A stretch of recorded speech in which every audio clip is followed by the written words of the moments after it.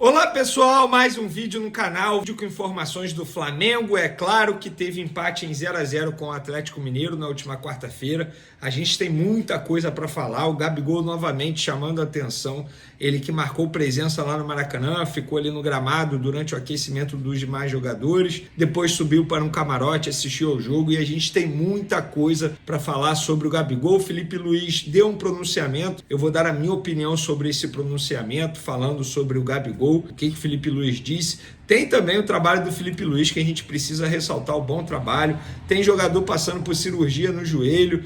A gente vai trazer também a programação do Flamengo para essa data FIFA, se os jogadores terão folga ou não. A gente tem muita coisa para abordar no vídeo de agora, mas antes gostaria de pedir para você se inscrever no canal, dar o like no vídeo, ativar a notificação e também compartilhar esse vídeo com os amigos, com as amigas e ajudar o canal a crescer cada vez mais. Conto com a sua colaboração. Qualquer ajuda será super bem-vinda. Se quiser colaborar de maneira financeira, tem o Pix aí na descrição. Qualquer ajuda, repito, é super bem-vinda. Meu muito obrigado desde já. Galera, daqui a pouco tem jogo da Seleção Brasileira. O Gerson será titular. Eu acho que aí é um acerto do técnico Dorival Júnior, treinador da Seleção Brasileira, porque ele vem jogando muita bola no futebol brasileiro e o Paquetá, que vai ser reserva, não está jogando nada, nem com a camisa da Seleção Brasileira, nem com a camisa do West Ham, seu clube lá na Inglaterra.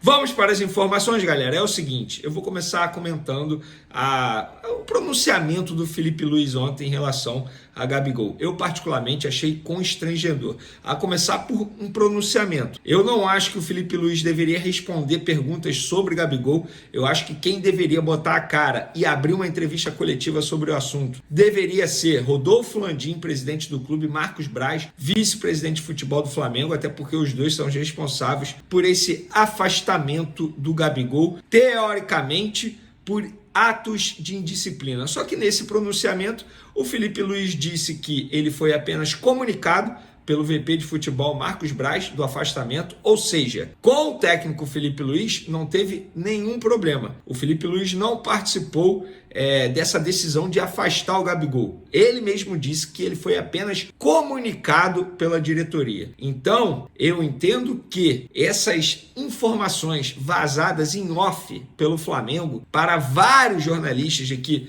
Gabigol teve ato de disciplina com o Felipe Luiz, que debochou do Felipe Luiz, isso não procede. Pelo pronunciamento do Felipe Luiz, não procede. E o Felipe Luiz deixou muito claro, eu fui comunicado e o Marcos Braz disse a ele que foi supostamente por um ato de indisciplina. Que ato é esse? Que ato de indisciplina é esse? Gente, eu não sou Gabizete, longe disso. Quem me acompanha aqui no canal sabe muito bem disso. Já levei pancada pra caramba por criticar o Gabigol, vários torcedores vinham aqui me xingar, só que eu gosto de sempre ser correto nas minhas análises. E a minha análise sobre esse assunto é o seguinte, estão tentando fritar o atleta Gabriel Barbosa, o Gabigol, um dos maiores ídolos da história do Flamengo. E eu vou contar mais um bastidor que eu acabei de contar no SBT Sport Rio, que envolve essa situação toda. No título de domingo da Copa do Brasil em cima do Atlético Mineiro, nas redes sociais do Flamengo, a gente pôde ver imagens do Gabigol utilizando camisa, que Deus perdoe essas pessoas ruins. Ou seja, logo depois da declaração do Gabigol, dizendo que não ficaria no Flamengo e criticando a diretoria do Flamengo, a gente pôde ver imagens publicadas nas redes sociais do Flamengo. Sabe o que eu descobri? Que o responsável pelas mídias sociais do Flamengo, nas publicações, ele foi afastado ou rebaixado para a categoria de base. Sabe por quê? Porque membros da cúpula do Flamengo não gostaram dessas publicações e chamaram o profissional para uma conversa. O profissional explicou para os seus chefes o seguinte, olha, eu estava na correria para a produção de conteúdos nas redes sociais, eu não estava sabendo da entrevista do Gabigol, dizendo que não ficaria no Flamengo, criticando a diretoria do Flamengo. Senão, obviamente, eu não teria publicado aquelas imagens, aquelas fotos do Gabigol. Ou seja, o profissional não sabia o que estava acontecendo, ou melhor, o que tinha acontecido. E eu já trabalhei como social media de uma empresa. É assim mesmo, é uma loucura. Muita gente vai falar assim, nossa, como é que o cara não sabe? Todo mundo viu. Não, não é assim. Você fica tão alucinado para poder produzir conteúdos o mais rápido possível, aproveitar o engajamento, aproveitar o momento, que você não fica sabendo de nada. Pelo contrário, você só pensa no seu trabalho. E o rapaz Ele explicou, eu não estava sabendo de nada, por isso que eu publiquei. E esse rapaz corre risco de ser até demitido. Ele foi afastado, entre aspas, para a categoria de base, mesmo sendo um baita profissional. E eu não vou mencionar o nome dele aqui, porque isso não vem ao caso.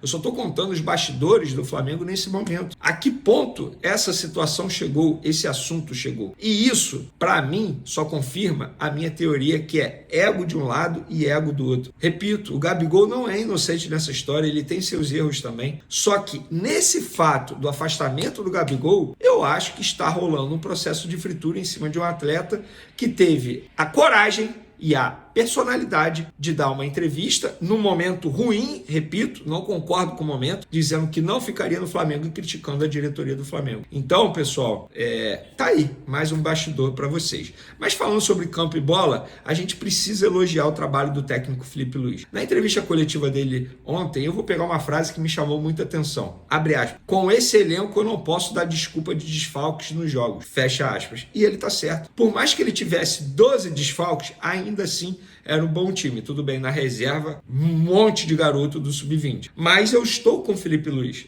Óbvio que os desfalques atrapalharam o desempenho do Flamengo, isso é inegável, mas o Felipe Luiz é um treinador tão diferente, mas tão diferente, mesmo que ainda esteja no começo. Eu não estou dizendo que ele vai ser o novo Guardiola, nada disso, mas é um cara que tem um futuro promissor absurdo na profissão. E ele, em 10 jogos pelo Flamengo, ele tem 6 vitórias, 3 empates e apenas uma derrota. Ele bateu de frente com o Internacional no Beira-Rio, cheio de desfalque. Ele bateu de frente com o time titular do Atlético Mineiro, cheio de desfalques. Ele amassou o time titular do Atlético Mineiro. Ele mostra variação tática. Ele mostra até conhecimento nas adversidades. Sabe lidar com as adversidades. Vídeo que aconteceu no jogo contra o Corinthians, quando o Bruno Henrique foi expulso pela Copa do Brasil. Ele já sabia o que fazer. Então é um baita treinador, ele merece os nossos elogios aqui, tá indo muito bem. Eu fico imaginando se quando ele tiver todo mundo à disposição. E hoje eu sou a favor da continuidade dele na temporada 2025. Quero saber a opinião de vocês.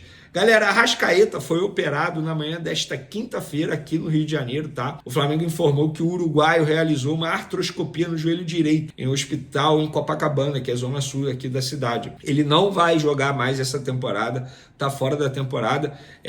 Embora não jogue mais essa temporada, a cirurgia é considerada simples, digamos assim, e a tendência é que ele fique à disposição já em janeiro para a pré-temporada do Flamengo. Lembrando que ontem o próprio Felipe Luiz já havia mencionado isso, que o Arrascaeta não iria voltar esse ano, mas na volta das férias vai estar disponível com certeza. É uma cirurgia sim, disse o Felipe Luiz na entrevista coletiva ontem. E sobre essa data FIFA, o Flamengo só volta a campo na próxima quarta-feira para encarar o Cuiabá, e o Flamengo vai folgar nessa quinta e nessa sexta. Treina sábado e domingo pela manhã e aí dá continuidade nos treinamentos segunda, terça, já visando ao duelo com o Cuiabá. Quero mencionar aqui o bom jogo ontem do Matheus Gonçalves, fez uma grande partida ontem. Para mim foi o melhor em campo com a camisa do Flamengo. Fabrício Bruno foi muito bem. O Wesley comendo a bola novamente, jogando muita bola. Olha, palmas para esse jogador. Incrível a volta por cima que ele deu, mesmo depois da sua não ida para a Europa, né? Algo que o frustrou. Óbvio, ele ia realizar um sonho, mas ele deu a volta por cima e hoje, sem sombra de dúvidas, é o titular absoluto da lateral direita rubro-negra. Então, pessoal, essas são as informações de momento. Espero que vocês tenham gostado do vídeo. Continue se inscrevendo no canal, continue dando like, continue compartilhando. A gente está muito próximo de chegar a 350 mil inscritos e eu conto com essa ajuda de vocês, com essa colaboração de vocês. Uma curiosidade que eu não contei. Ontem o Gabigol estava no Maracanã com uma camisa linda de manga comprida, 10 às costas, uma camisa dos tempos de Zico. Essa camisa não é dele, ele pegou emprestada com um colecionador aqui do Rio de Janeiro, bacana demais. Parabéns o Gabigol pelo ato, eu vou sempre o considerar ídolo, independentemente da forma que ele esteja saindo, isso não vai ser apagado. Ele é ídolo sim na história do Flamengo. Como sei que estão todos esperando, né, que eu fale sobre esse assunto, e primeiro dizer que me entristece profundamente ter que falar de um assunto desses depois de ser campeão da Copa do Brasil. Mas sou extremamente grato a essa diretoria por ter confiado em mim em 2019, por ter acreditado em mim, por ter me colocado aqui. Sou extremamente grato ao Gabriel e por tudo que ele fez pelo clube e por mim. E o que eu posso dizer para vocês é que sobre o afastamento do Gabriel foi que, devido a um episódio ocorrido na final, eu fui comunicado pelo vice-presidente Marcos Braz de que ele não seria relacionado para esse jogo e para os próximos jogos até segunda ordem. E esse é um assunto total do Marcos Braz e ele vai explicar para vocês no momento que ele achar oportuno. Mas é um assunto do Marcos Braz. E é isso. Esse é meu pronunciamento sobre esse assunto, que, como eu falei, me entristece profundamente, porque gostaria muito de que não sujasse o título maravilhoso e incrível que esse grupo conquistou por nenhuma um motivo extracampo. Então, espero que esse assunto se resolva o antes possível, porque todos os torcedores merecem que o Flamengo sempre esteja bem. Ok? Obrigado. Abrindo para as perguntas. Boa noite, Felipe. Felipe, queria te perguntar da partida de hoje. Imagino, pelo teu espírito da tua época de jogador e agora de treinador, imagino que você tenha saído muito frustrado com esse resultado, porque o Flamengo criou demais, teve muito próximo da vitória. Mais uma vez o Everson teve uma grande atuação. E, com todo respeito à recomendação, queria saber se você poderia falar mais sobre o assunto. Se não puder, eu entendo, mas eu tinha que tentar no meu papel. Tá? Okay. Obrigado. Sobre o jogo, foi um jogaço do meu time, foi um jogaço, onde eu saí extremamente satisfeito. Por quê? Porque eu, no meu modelo de jogo, eu criei um modelo de jogo onde o torcedor se sinta representado. Que é pressionar alto, que é atacar em todo momento, que é um time vertical, que tem as chances de gol, que jogue tentando sempre buscar o gol. E eu vi o meu modelo de jogo sendo representado no campo hoje pelos jogadores que treinaram pouquíssimo juntos, esse time nunca tinha jogado junto, e entenderam perfeitamente tudo que eu queria, fizeram um jogão, assim, um jogo extraordinário, fizemos muitas chances de gol para fazer o gol, infelizmente a bola não entrou, e o futebol é assim. Ok. Felipe, boa noite. João Pedro Fragoso, Jornal Globo. Eu não estive em Minas no domingo, então parabéns pela conquista de mais um título aí na sua carreira. Felipe, eu queria te fazer uma pergunta sobre você.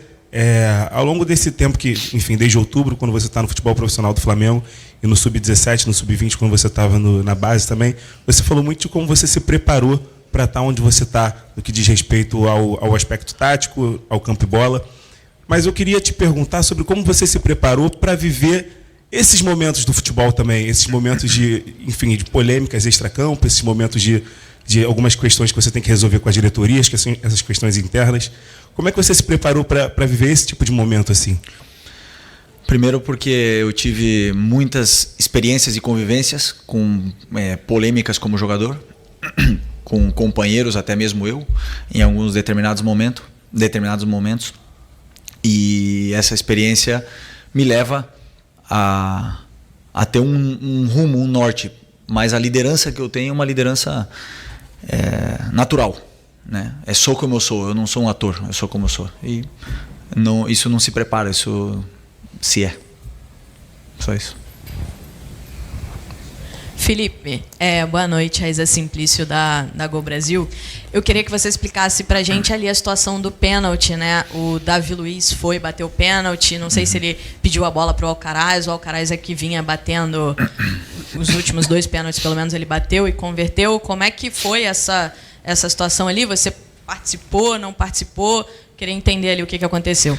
Participo de todas as escolhas do meu time, tudo que faz no campo, até os arremessos de laterais, as jogadas de escanteio, as jogadas de falta, as cobranças de pênaltis. E o Davi Luiz e o Alcaraz eram os 2 batedores da minha lista de hoje. O Davi Luiz treina todos os dias pênalti. O Charlie também treina praticamente todos os dias pênalti. O Davi tem uma média de acerto incrível. E acredito porque aconteceu, o Davi vai poder explicar melhor, né? Mas eu acredito que o Everson conhecia ele, alguma coisa assim. Ele acabou perdendo o pênalti, mas isso é absolutamente normal, porque o Charlie também poderia ter errado o pênalti e qualquer outro jogador está sujeito a errar um pênalti, né? Isso é treino, é prática e eu tenho plena confiança nos batedores que eu escolho. E se eu coloquei o Davi Luiz como um dos 2 batedores, Porque depois, dentro do jogo, um se sente mais com mais confiança, outro com menos confiança. Então eu sempre coloco 2 batedores. E se eu coloquei o Davi Luiz como batedor de pênalti é porque eu vejo ele treinar e sei da capacidade de bater pênalti que ele tem, porque é um jogador que já bateu pênalti em final de Champions League. Felipe, aqui, boa noite, Cícero Mel, da ESPN, dos canais Disney. Parabéns aí por esse seu início de trajetória, o time Obrigado. profissional com muita personalidade, né, mostrando tudo aquilo que você aprendeu como jogador e com grandes técnicos. Eu queria justamente falar sobre isso. Você tem 10 jogos à frente do Flamengo, 6 vitórias, 3 empates e apenas aquela derrota no Fla-Flu. O Campeonato Brasileiro faltam 5 rodadas. E a trajetória, o que vem para o Flamengo já está tudo definido. Conquistou o título que queria da Copa do Brasil, conquistou uma vaga, em consequência, para a Libertadores da América. Já teria a vaga, de qualquer maneira, com a classificação que ele tem no momento em 4º lugar. Você vai aproveitar esses 5 jogos que faltam para desenvolver o quê dentro desse time do Flamengo e dentro da sua carreira? Eu imagino que você vai aproveitar para desenvolver coisas que você pensa em relação ao que você acha melhor num time com o seu comando, né? Então, eu queria que você falasse se o Flamengo já tem a sua cara e o que falta você implantar para que esse time possa crescer ainda mais nas suas mãos. Boa noite. Boa noite, boa pergunta. Primeiro, faltam 5 jogos, né? Como você falou, 33 a rodada hoje. É isso, 5 jogos. Eu penso, e juro para você que eu penso que se eu não ganhar na próxima rodada, eu não vou estar aqui. Então, esse é o meu pensamento. Então, o que eu vou implementar? Meu modelo de jogo, que é muito similar ao que a torcida, o DNA que a torcida exige. Quero ver ele no campo, refletido no campo como foi hoje, no jogo de hoje. Porém, eu quero ganhar. Eu quero ganhar porque a única coisa que vai manter no cargo aqui é ganhar. E eu vou fazer de tudo para continuar aqui, ganhando, e vou exigir o máximo dos jogadores. Hoje eu vi um esforço extraordinário, eu vi um esforço incrível dos meus jogadores que acabavam de ser campeões e entramos com a responsabilidade de jogar como campeão da Copa do Brasil. Fizemos 25 chances de gol com um time, como eu falei, 25 chutes a gol, né? Com um time que nunca tinha jogado junto, com uma formação que eu não tinha treinado nunca. Então isso diz muito do nível dos jogadores que estão aqui e do comprometimento que eles têm com o clube e com a equipe. E isso me deixa muito feliz. O que eu vou fazer nesses 5 jogos, eu vou fazer de tudo para ganhar o próximo jogo. E se Deus quiser, eu vou estar daqui a 2 jogos também. Ok? Boa noite, Felipe. Bruna Medeiros, do Diz Fla. Hoje você escolheu iniciar com essa formação que você acabou de citar, que você não tinha treinado. 3 zagueiros e, pelo menos na minha avaliação, o time foi muito seguro defensivamente e também conseguiu criação de oportunidades, apesar de não ter feito gol. Esse esquema você está testando, já pensando na temporada que vem? Você já vê, até você elogiou, né, no último jogo, falando que o Milito provou que o 3 zagueiros não é defensivo e tal. Então você enxerga isso como um possível esquema para a temporada de 2025, como essa tentativa da temporada que vem? E também se você puder fazer uma análise sobre como se funcionou do jeito que você imaginou também. Obrigado. Eu acredito que todo time que luta para ser campeão, um time completo, um time muito qualificado, ele tem que dominar 2 sistemas, pelo menos. Esse é o meu pensamento, tá? Sobre futebol. Nós dominamos muito bem o 4-4-2, 4-2-3-1, que é similar. E hoje esses jogadores provaram que dominam o 3-4-3, 3-5-2. Então, hoje, por que eu coloquei essa estrutura no campo hoje? Primeiro, pelos jogadores que tinham, a qualidade, a característica dos jogadores que estavam disponíveis para o jogo de hoje, que vocês viram, eram esses que estavam disponíveis para o jogo de hoje, mais o Lohan do profissional, mais o Cleiton. O Léo não tinha condições de jogo de hoje, até completou o banco. Então, em função das características dos jogadores que estavam hoje no campo, esse para mim era o melhor sistema, que combinava muito com o jeito para pressionar o jeito que o Atlético Mineiro joga. E para mim funcionou muito bem, porque o primeiro tempo eu praticamente não vi o Atlético Mineiro no nosso campo. Praticamente não vi.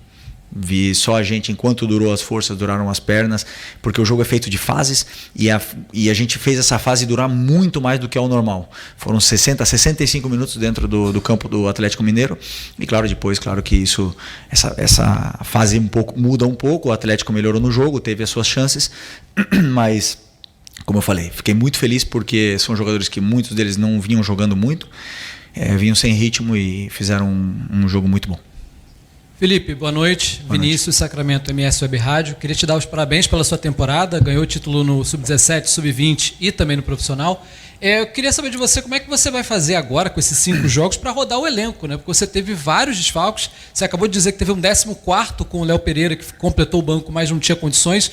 Como rodar o elenco quando até fatores externos acabam atrapalhando a tua escalação? Pendurados, suspensos, lesionados, jogador afastado.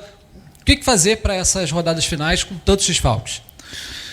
Rodar o elenco, como você fala em revezar os jogadores?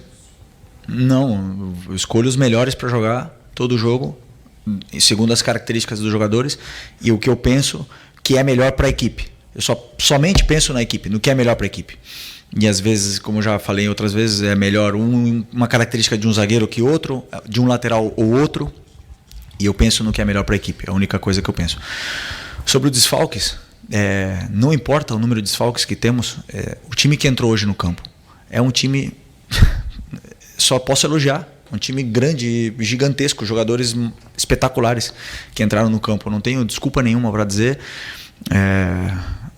para dar depois do jogo de hoje com os jogadores que entraram no campo. Um time excelente, um 11 titular ali, e depois, claro, o banco recheado de garotos da base, aonde eu não vi, porque eu conheço também esses meninos, que era um jogo fácil para entrar, poderia queimar algum dos meninos, então segurei o máximo possível a substituição e não coloquei eles no jogo, mas com o elenco que eu tenho não posso dar desculpa, estou muito bem servido. Aqui é Felipe, boa noite. Marcos Martinho, do canal da KSRN.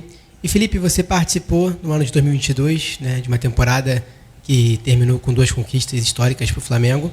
Porém, após essas 2 conquistas, o Flamengo acabou acumulando uma sequência negativa de resultados que acabaram ocasionando uma certa preocupação com a torcida.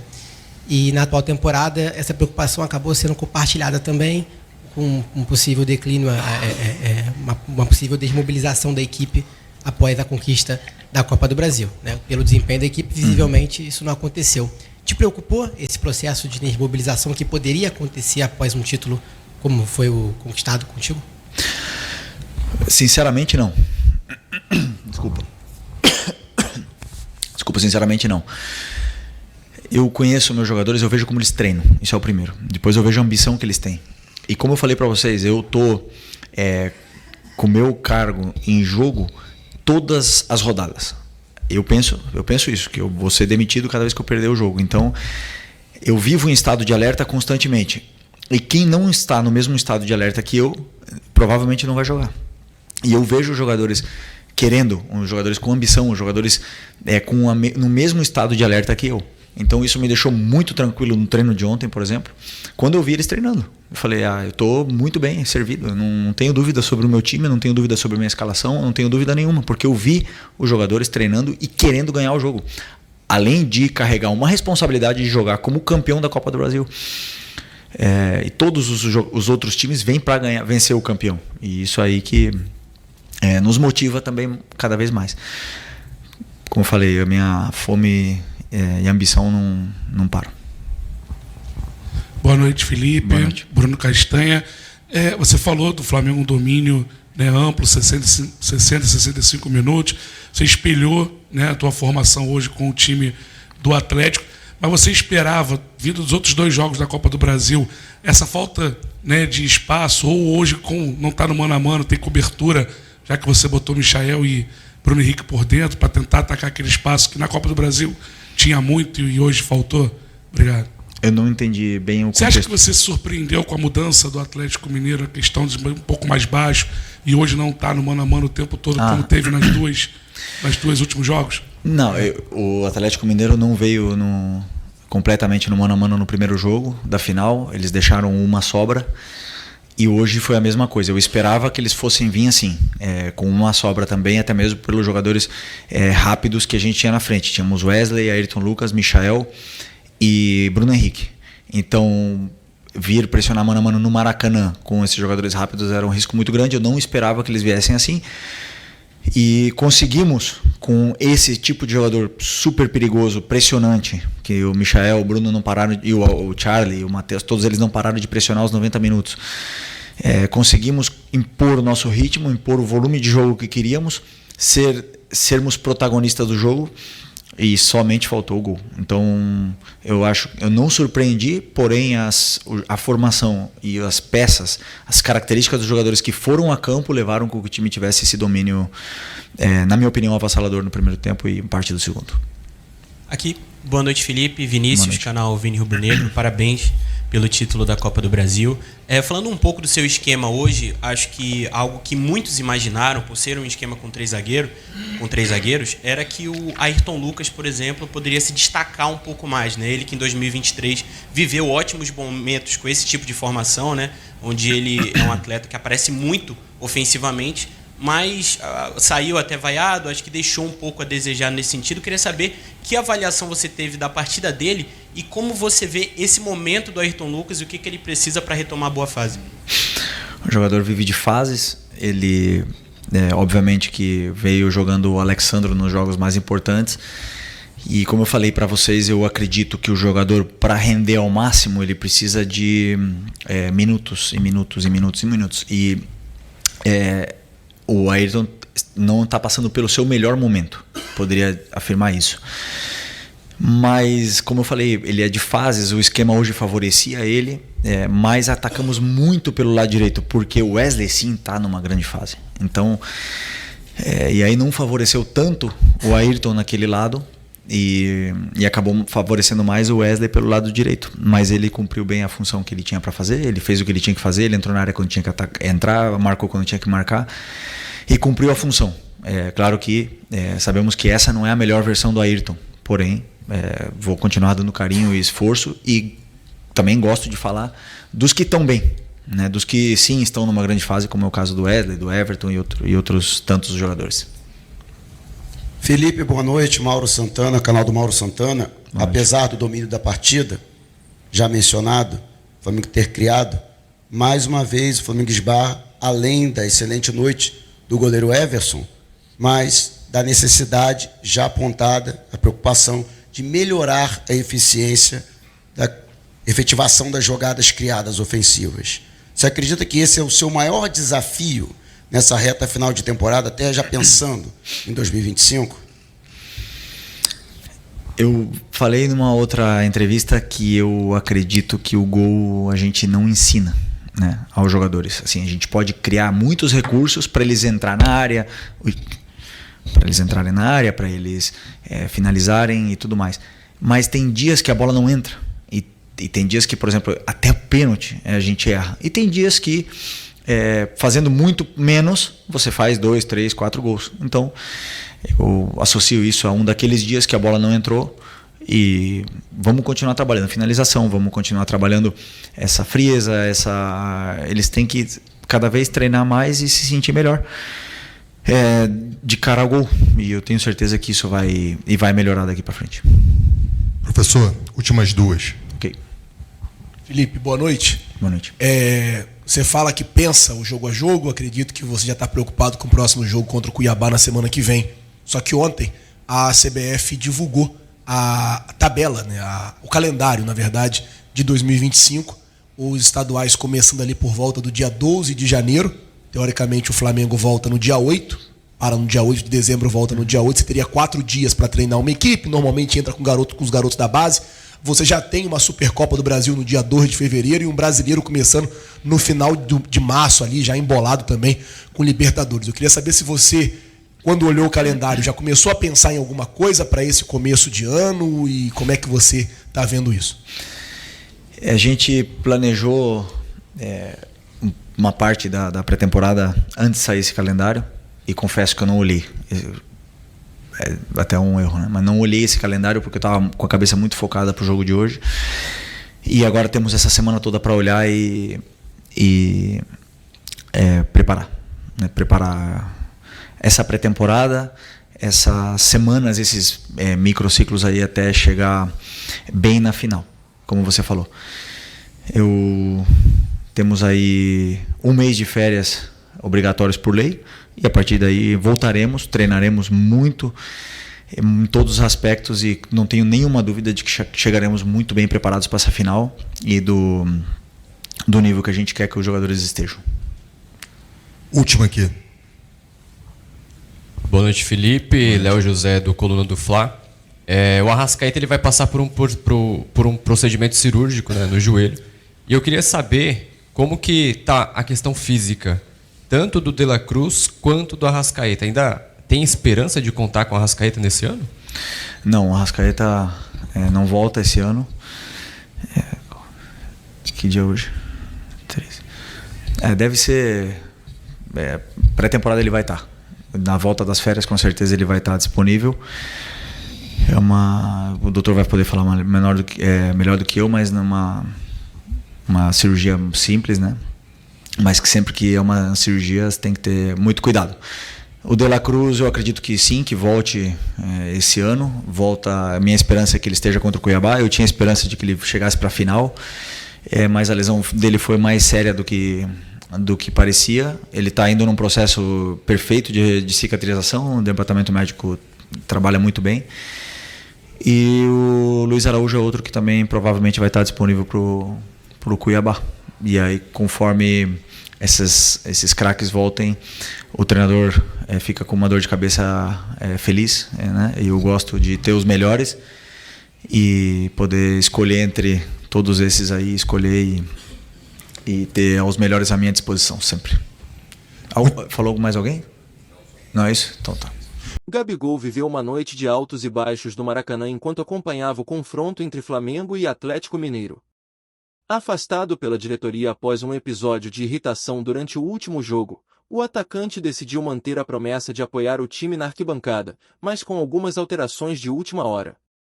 Planejava assistir ao jogo no setor norte, onde as torcidas organizadas vibram, mas, por motivos de segurança, acabou preferindo o camarote. Essa decisão não passou despercebida, tanto para os torcedores quanto para a diretoria, que busca agora uma trégua com um dos maiores ídolos recentes do clube.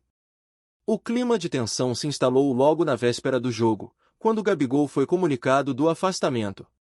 Desde então, ambos os lados tentam manter o mínimo de cordialidade. Felipe Luiz, atual técnico do Flamengo, lamentou a situação e afirmou que o afastamento foi uma decisão interna, impulsionada por episódios que ocorreram na Copa do Brasil. Contudo, a situação complexa envolvendo Gabigol e a direção parece longe de um encerramento fácil, afinal, são 5 anos de uma relação cheia de conquistas, polêmicas e muito sentimento entre o atacante e a torcida. Na noite da partida, Gabigol chegou ao estádio usando uma camisa com o número 10 em homenagem ao eterno Zico, o que levou muitos a especular em uma possível mensagem simbólica do atacante. Ele acompanhou o aquecimento dos companheiros à beira do gramado e, em seguida, se dirigiu ao vestiário para participar do fechamento da roda antes do início da partida. O clima no vestiário foi de uma certa tensão, mas a presença de Gabigol foi vista como uma tentativa de demonstrar apoio ao elenco, mesmo com as desavenças com a diretoria ainda em evidência. Durante o jogo, sua presença no camarote dividiu opiniões. Gabigol esboçou reações ao lado de torcedores, cantando e comemorando. No entanto, ao assistir à cobrança do pênalti de Davi Luiz, foi impossível esconder a frustração. Ao ver a defesa de Everson, o atacante levou as mãos à cabeça, expressando o que muitos na torcida também sentiram naquele momento. Ele deixou o estádio antes dos 30 minutos do segundo tempo, sem grandes manifestações ou tumulto, mas a passagem do atacante pelo Maracanã deixou claro quanto a situação ainda gera discussões entre a torcida. Na arquibancada, o apoio ao atacante foi discreto. As bandeiras tradicionais e cartazes em sua homenagem estavam presentes, mas a recepção foi menos entusiasmada que o esperado. Embora alguns torcedores expressassem carinho e até tirassem fotos com ele, Gabigol também ouviu cobranças e críticas. Seu pilantra, você não ia na Norte, gritaram alguns torcedores enquanto ele esperava o elevador, demonstrando a divisão de opiniões na torcida sobre a forma como ele escolheu lidar com a situação. O encontro entre o empresário de Gabigol, Júnior Pedroso, e o vice de futebol Marcos Braz parece ter iniciado um caminho para uma trégua. A tentativa é de que ambos os lados possam encerrar o ciclo de forma amigável, levando em conta as inúmeras conquistas dos últimos anos. O futuro de Gabigol no Flamengo, no entanto, ainda não está definido. O jogador está afastado até segunda ordem, apesar de permanecer treinando com o elenco, seu retorno aos gramados nesta temporada é incerto. A última rodada contra o Vitória, no Maracanã, pode ser a chance de uma despedida digna para um dos ídolos recentes do clube, mas o cenário ainda é incerto.